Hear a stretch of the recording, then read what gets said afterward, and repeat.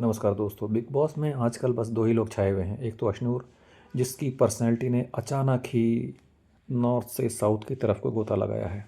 पहले बहुत ही पॉजिटिव दिखती थी बॉडी शेमिंग को लेकर, उसके ऊपर जो भी बातें हुई उसका उसने बहुत ही शालीनता से जवाब दिया था। लेकिन अब उसके पिता के जाने के बाद, फैमिली वीक ख़त्म होने के बाद, कौन सी चाबी उसकी चल पड़ी है कि वो पूरी तरह से नेगेटिव हो गई है, बात बात में झगड़े कर रही है, बिना किसी बात के मुद्दे उठा रही है, और फाइनली उसने अपने टास्क में हारने के बाद जानबूझकर तान्या मित्तल को चोट पहुंचाने की कोशिश की। बहुत ही बुरा है। बिग बॉस ने भी कुछ नहीं कहा। इसमें मैं तान्या मित्तल की तारीफ़ करूंगा कि उसने इस बात को बहुत बड़ा मुद्दा नहीं बनाया। हालांकि पिछले बिग बॉस सीजन्स में इस तरह के फिजिकल अप्रोच को लेकर बहुत बड़ा मुद्दा बनाया गया था, हालांकि इसमें भी बनाया गया था, लेकिन तान्या मित्तल इस बार मुझे लगता है कि चूक गई। उन्हें पूरी तरह से बिग बॉस को मजबूर करना चाहिए था कि अशनूर को गेम से बाहर निकाल दिया जाए। अशनूर मानने को तैयार नहीं है कि उन्होंने जानबूझ के ऐसा किया। हालांकि गौरव खन्ना ये कह चुके हैं कि ये अशनूर मैंने देखा था और तुमने जानबूझ के किया है, जो कि उनके दोस्त भी हैं। तो Ashnoor, you are going on a very very wrong track. Sorry, आप पहले भी कभी विनर नहीं दिखती थी, और इस नेगेटिव अप्रोच के बाद तो आप इस शो में रहने के काबिल भी नहीं दिखती हैं। दूसरी कंटेस्टेंट हैं तान्या मित्तल, जो कि डिल्यूशन से निकल के अब साइको की तरफ चल पड़ी हैं। पहले भालू से बात कर रही थी, फिर घोड़े से बात कर रही थी, और अब कोई नहीं मिला तो अब उन्होंने पेड़ से बातें करनी स्टार्ट कर दी हैं। दोस्तों से उनकी बन नहीं रही है। फ़रहाना उन्हें तो कुछ समझाने की कोशिश, हाँ फ़रहाना बहुत ही अपने आप में इस तरह की कैरेक्टर हैं कि वो किसी को समझाए तो बड़ा अजीब सा लगता है, लेकिन उसने तान्या मित्तल को फिर भी चार अच्छी बातें ही कहीं, और तान्या उसको कहीं और ही लेके चली गई, और फाइनली फ़रहाना से उसने अपनी दोस्ती पे विराम लगा दिया कि आगे आने वाले 9 दिनों तक आप मेरे से बात मत करना। फ़रहाना ने भी कहा ठीक है भाई, मत करो बात, कोई बात नहीं। और तान्या मित्तल जाके दोबारा पेड़ से अपनी बातें करनी शुरू कर दी। फिर एक बार उसने कहा कैमरे कहाँ हैं, कैमरे कहाँ हैं, अच्छा ये वाला कैमरा मेरी तरफ है, चलो।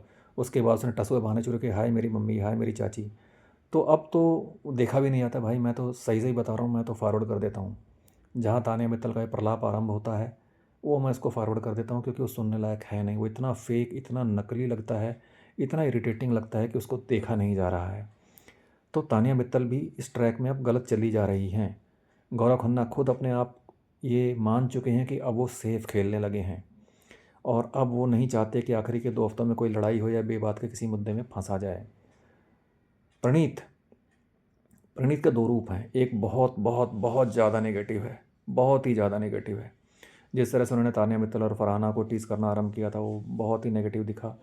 अपनी मन की बातों को जिस तरह से वो ह्यूमर में लपेट के अपने पीएम शो में डालते हैं, वो भी उनके मन की भड़ास ज़्यादा निकलती है। क्योंकि अगर आप जोक कर रहे हैं तो पहले आपको अपने ऊपर जोक करना चाहिए, जिसको कहते हैं बैलेंसिंग द एक्ट। उसमें अगर आपके कोई विरोधी हैं तो उनके ऊपर जब आप जोक कर रहे हैं तो आपको अपने दोस्तों और अपने खुद के ऊपर भी कुछ जोक करने चाहिए। यही बैलेंसिंग एक्ट होता है, और इसी से पता चलता है कि आप बायास नहीं हैं।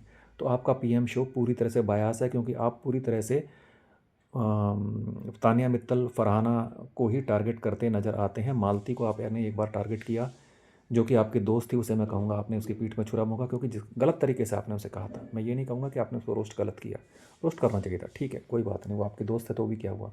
लेकिन उसी तरीके से आपने अशनूर और गौरव को कभी इतना ज़्यादा रोस्ट नहीं किया। किया है, थोड़ा बहुत किया, पर ज़्यादा रोस्ट नहीं किया है। और मालती ने, मैं कहूँगा एक तरह से ठीक ही किया आपके शो का बायकॉट करके, वो अपनी बात पे खरी उतरी। उसने पिछली बार भी कहा था कि मैं आपके शो को देखने नहीं आऊँगी, और वो नहीं आई। तो चलिए ठीक है। बाकी मालती शो में कुछ खास कर नहीं रही है, उसकी लड़ाई वड़ाई हो रही है, पर वो फिर भी मैं कहूँगा अपने हट हट बोलने के बावजूद वो काफ़ी हद तक अपनी डिग्निटी बना के रखी है। जब तक उसे प्रोवोक ना किया जाए वो इस तरह की बातें नहीं करती है। मालती एक टिपिकल लड़की है, जो कि इन बाकी जो पर्सनैलिटीज़ हैं बाकी लोगों की, जिसमें छोटी छोटी बातों पे ऑफेंस लेते हैं और एक बहुत बड़ा मुद्दा बनाते हैं और आधे आधे घंटे तक झगड़ा करते रहते हैं, उस तरह का नेचर उसका नहीं है।